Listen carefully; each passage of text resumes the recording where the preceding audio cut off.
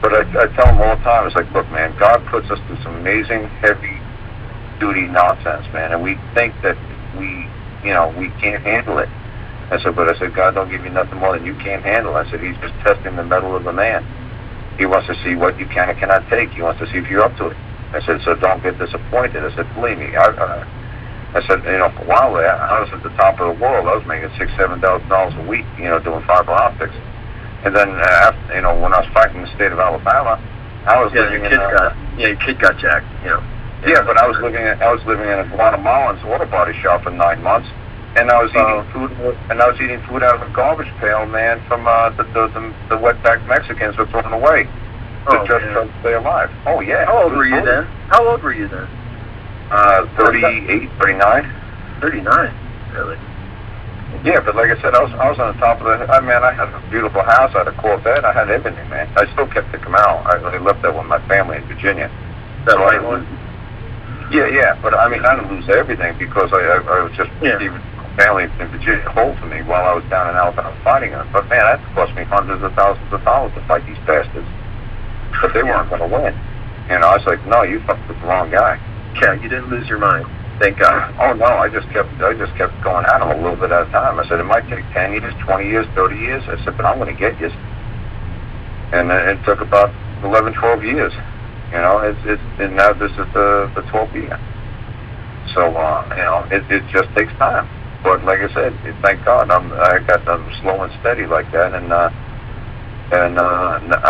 If I did get a settlement, like I told my sister, they offered me a settlement back in 2009.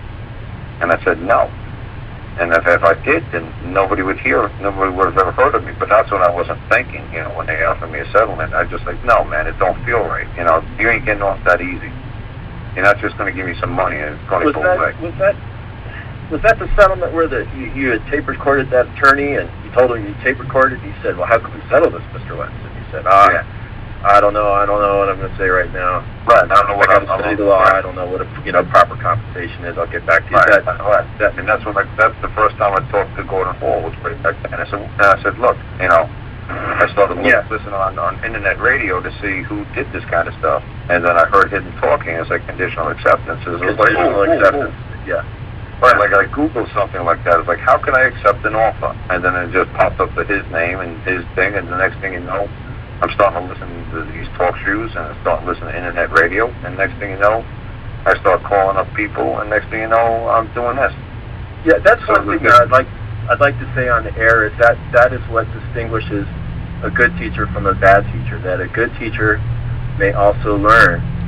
Good teacher is also a student. It can learn from everybody. Like that old Jewish proverb says, "Who is a wise man? He that learns from all men." There's some people that don't have very good reputations that you drop their names every once in a while, and you learn something from them, and you put it out there. This guy's got some wacky things to say, but he said something right, and this is what it is. I appreciate that about you, man.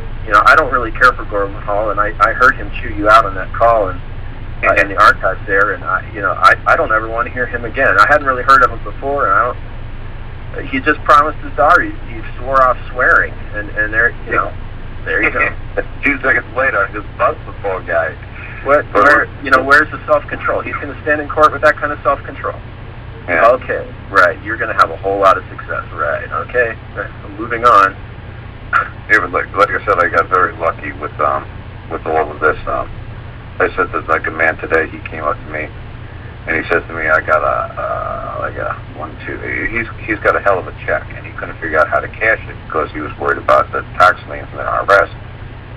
So he told me last night that he came over here today, and then I said to him, this is what you need to do. And he said, wow, you're smart. I said, no, I'm smart enough to call the bank lady who I know, who's a friend of mine, who told me what she would do. I said, now, dude, I said, I'm only as smart as the other people are who told me, what to do.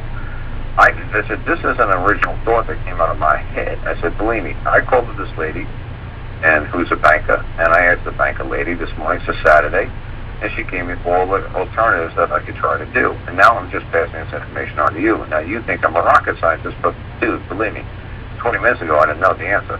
I said, so believe me, it's just research. And trusting the people that you're getting the information from.